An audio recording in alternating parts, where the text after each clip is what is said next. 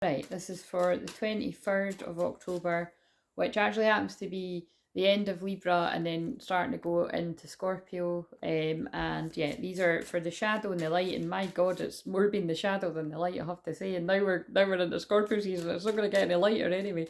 What have we got? This is for you and your twin flame, or it's not yours at all. So use your fucking common sense. We have 16. That's the Tower, behaviour, interpretation. So what have we got for this?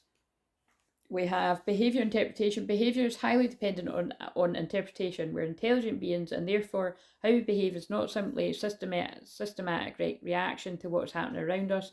We have the ability to interpret, analyse, and think before we take action. How we behave is a result of how we interpret the situation. This card encourages you to keep an eye on your inner visions about other people's actions. What you tell yourself what is happening and how you view the situation will affect how you act towards it. I feel that's about not making assumptions as well about your connection, because some of these are really dramatic. Some of these are your situations, I'm aware, but some of them might not be. So don't make every single one yours. Your actions aren't a result of other people's behaviour, but a result of how your mind interprets it.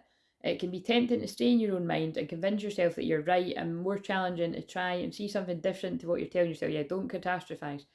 Wait to hear the truth. That's what I want to say for whatever this is for.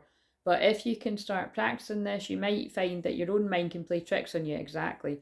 What you see yourself is not always the only thing there is to a situation. There can be multiple scenarios, explanations, and resolutions. The same goes for other people's actions. Have you ever sat and analysed in your head different scenarios of what people will do if you act in a certain way or say a certain thing? I think this links to one of the other ones, 144. I feel this is like a masculine worrying how a feminine's going to react to whatever they have to say. That's what I feel. But most of us do this all the time about the tiniest things, but their reactions are also a result of their own interpretation and doesn't have anything to do with you, what you would say or what you do. Yeah, exactly. So stop overthinking whoever this is for. There's no need to put all the blame on yourself either if something goes sideways. Other people have their own visions and interpretations you cannot see or know, so perhaps they need to be forgiven for their behaviour sometimes. I don't simply react, I analyse and act. It kind of reminds me when people make mistakes when they're drunk. It doesn't need to be that. It just sort of popped in at the last minute there. Next time you feel a rush of anger, disappointment, or get upset over someone's behaviour, note down 2 or 3 alternative explanations to their behaviour, except for the first thing you instinctively tell yourself. See if it changes how you feel about them. It can also be like when people have got things like ADHD or whatever else, or, you know, I've got ADHD, but like I've got more the soft kind. But you know what I mean? Like, mix and drink, people can just go absolutely too far and make mistakes and fuck up their life. Yeah, divine masculine, so fucking hell.